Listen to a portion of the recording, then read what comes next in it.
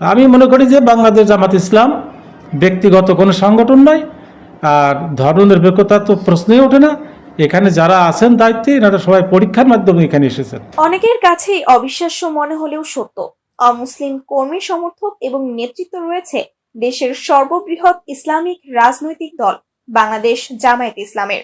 শুধু মাগুরা জেলাতেই আছে 1500 অমুসলিম কর্মী, আছে উল্লেখযোগ্য সমর্থকও।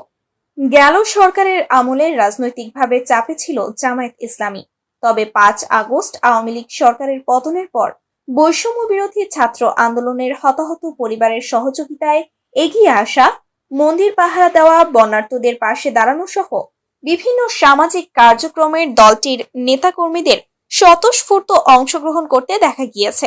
এবার আসন্ন দুর্গাপূজা উৎসবমুখর পরিবেশে সম্পূর্ণ করতে মাগুরা জেলায় অমুসলিম কর্মী সমাবেশ করেছে দলটি।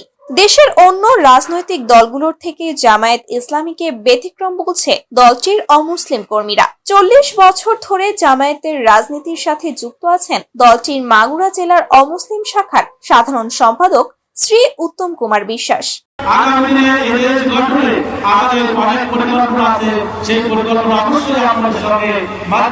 তিনি বলেন, দেশের অমুসলিমদেরকে সুরক্ষা দিতে জামায়াত ইসলামের বিকল্প নেই। তিনি আরো বলেন, জামায়াত ইসলাম একটা পরিপূর্ণ স্বচ্ছ সংগঠন। এই সংগঠনের ভেতর কোনো জড়তা নেই, এর ভেতরে কোনো সাম্প্রদায়িকতা নেই।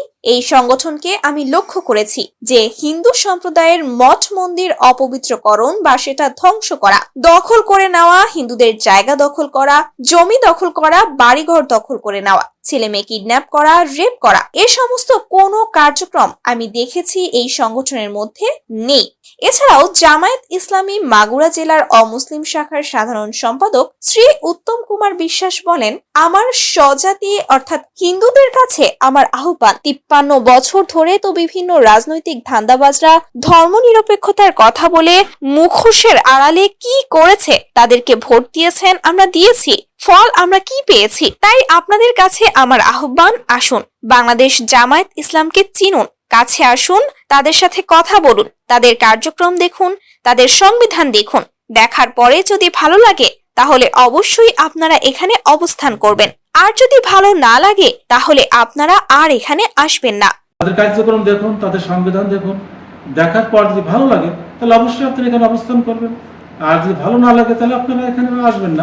মাগুরা জেলা জামায়াতের আমির অধ্যাপক এমবি বাকের সাহেব বলেন, সনাতন ধর্মাবলম্বীরা যাতে আসন্ন দুর্গাপূজা যথাযথভাবে উদযাপন করতে পারেন সে ব্যাপারে কাজ করছে জামায়াত ইসলামী।